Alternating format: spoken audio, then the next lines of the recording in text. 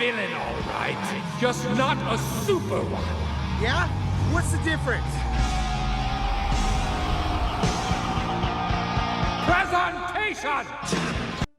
Megamind is an amazing movie that everyone should watch. It's about a supervillain who succeeds in defeating the hero and taking over the city, only to be struck with existential dread at having nothing to do anymore, as his identity was largely built around defeating Metro Man, the defender of Metro City. Defender of Metrocity. To combat this, he decides to create a hero to fight him, Titan.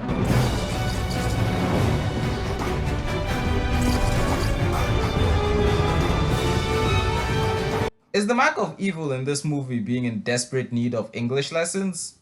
There is no Easter Bunny, there is no Tooth Fairy, and there is no Queen of England.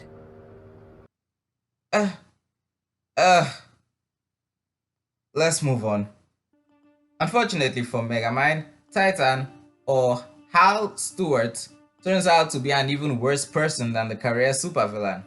He's a nice guy. Megamind's villainy was always based not on a desire to do bad things, but as a reaction to the rejection of those around him in favor of the stronger, more impressive alien. So, he became the bad guy to Metro Man's good guy, in a mix of crying for attention and trying to find the right place for himself in a world that had rejected him. This is largely connected to his showmanship. A lot of Megamind's acts of villainy are preceded with a shocking amount of work to make them look as loud and presentable as possible. This feels less like scheming for his next crime and more like preparing for his next show. How do I look, Minion? Do I look bad? Disgustingly horrifying, sir. You always know what to say. When they're giving out the awards, I'm gonna be right What there awards? next to What you, awards right, for sir? what? Hit it! Just a few alterations, sir, and I will be done with your most terrifying cape yet. He's even concerned with the hero's publicity. What's the T stand for? Titan. Titan? What's that supposed to mean? It was the only name I could trademark. When he first plans to fight Titan, he doesn't go after him. He creates an almost WWE level of hype, complete with fireworks and what I can only describe as a giant robot suit flexing its buzzsaws. So when we come to this absolutely memeable scene, it makes sense. Oh, you're a villain, all right. Just not a super one. Yeah? What's the difference? Presentation! While this is a hilarious moment, a few scenes really accurately describe the difference in motivation between Hal and Megamind as this scene.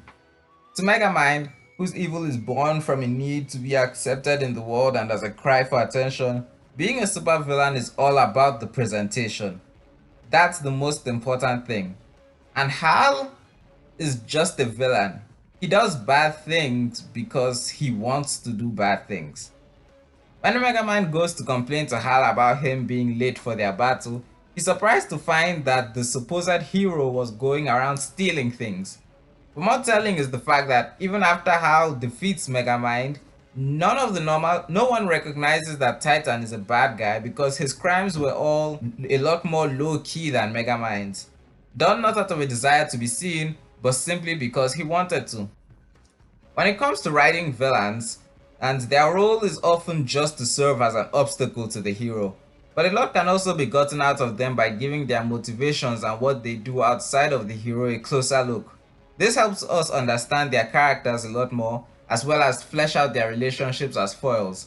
Megamind, the movie, not the character, does this with both of its villains. With Megamind, the character, not the movie, we get to see that he actually defines himself by the role he plays as the villain trying to defeat his mortal enemy. Of course, when he does defeat him, he basks in the victory, but ultimately comes to feel emptiness because he valued the contest more than the reward. Hal, on the other hand, is completely uninterested in engaging with Megamind because being a hero isn't about helping people to him. It's about getting the girl, which is how Megamind provokes him into a fight. And when it's clear he can't get what he wants, he completely gives up on being the hero and even turns to villainy because he doesn't want to do the work if he can't get the reward at the end of it. To be clear, neither of them were right in doing this. Megamind because he was trying to find purpose in the wrong way, and Hal because he was entirely self-centered. It's this that makes them villains. I could make another video about that. Subscribe if you want to see it. Hal shows no hesitation in using his powers for hedonistic purposes. In contrast, Megamind never even considered trying to get more power for himself, even though he definitely could have if he really wanted it. It took him 5 minutes to create a gun that could give someone the powers of Metro Man. But it was never about beating Metro Man, it was about the show. Hal's villainy is based more in the abuse of his power and a selfish desire to get what he feels he's owed, while Megamind's isn't because he wants anything material, it's because he wants to be special. He wants to be viewed in a way no one else can be, to be acknowledged. He's not a villain, he's a super villain. And of course, to do that, you need the right level of flair, showmanship, you need Presentation!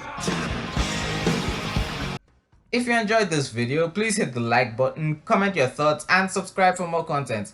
And if you want more villain talk, check out the One Villainous Scene playlist by Nando V Movies, who I thank for this opportunity to talk about this movie. And if talking about villains interests you yourself, you can even make your own video about it and tweet it out to him. Thank you and good day.